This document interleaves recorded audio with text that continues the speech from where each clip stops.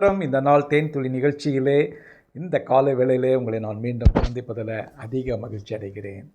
இந்த நாளில் கர்த்தர் நம்மோடு கூட இன்னொரு வசனத்தில் பேச போகிறார். அந்த வார்த்தை எங்கிருந்து?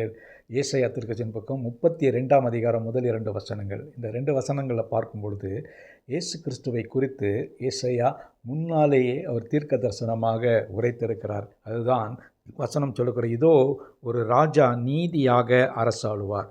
இயேசுதான் அந்த ராஜா. அவர் நீதியாக அரசாளுவார். பிரபுக்களும் நியாயமாக துரத்தனம் பண்ணுவார்கள். அவருடைய பிரபுக்கள் என்று சொன்னால் இயேசு கிறிஸ்துவனுடைய சீடர்கள், இல்லாவிட்டால் அவரை பின்பற்றி வருகிற மக்கள் என்று சொல்லப்படுகிறது. ஆனாலும் கூட அந்த அவர் தேவனாய் இருக்கிறதான தேவகுமாரனாகிய இயேசு ஒரு ராஜாவாக அவர் எப்படி இருப்பார் என்பதை குறித்து மிக விளக்கமாக 2வது வசனத்தில் சொல்லப்படுகிறது. அது என்னவென்று சொன்னால், அவர் இயேசு தேவன் காற்றுக்கு ஒதுக்கமாகவும் பெருவெள்ளத்துக்கு புகலிடமாகவும் வறண்ட நிலத்துக்கு நீர்க்கால்களாகவும் விடாய்த்த பூமிக்கு பெருங்கன்மலையின் நிழலுமாக இருப்பார். இப்படிப்பட்டதான ஒரு செயலிலே நம்மோடு கூட அவர் இருப்பார் என்று மிக தெளிவாக ஏசாயா சொல்கிறார். ஆகவே இந்த வேளையில் இந்த காரியங்களை பார்க்கின்ற வேளையில் அவர் என்னதான் காற்று அடிக்கின்ற வேளையில் ஒரு ஒதுக்கமாக நம்மை கொண்டு வந்து பாதுகாக்கிற தேவனாக இருக்கிறார். பெரு வெள்ளம் வந்தாலும் அதில் புகலிடமான தேவனாக இருக்கிறார். நிலத்துக்கு வறண்ட நிலத்துக்கு நீர்க்கால்களாகவும் விடாய்த்த பூமிக்கு அவர் நல்ல ஒரு நிழலாக பாதுகாப்பாக இருக்கிறார்.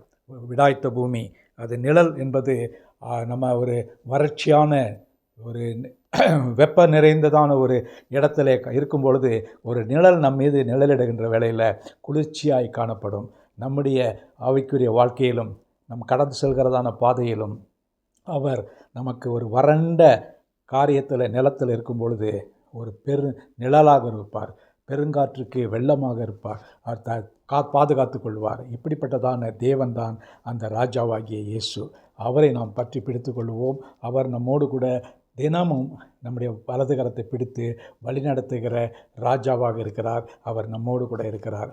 அவரை நோக்கி நாம் பார்ப்போமா? நல்ல ஆண்டவரே, இந்த வேளையில் கூட விசேஷமாக ஆண்டவரே, நீர் எங்களுக்கு ஒரு பாதுகாப்பாக, அரணாக, நிழலாக, குளிர்ச்சி கொடுக்கக்கூடியதான நிழலாக இருக்கிறீரே, அடைக்கலமாக இருக்கிறீரே, அதற்காக ஸ்தோத்திரம்.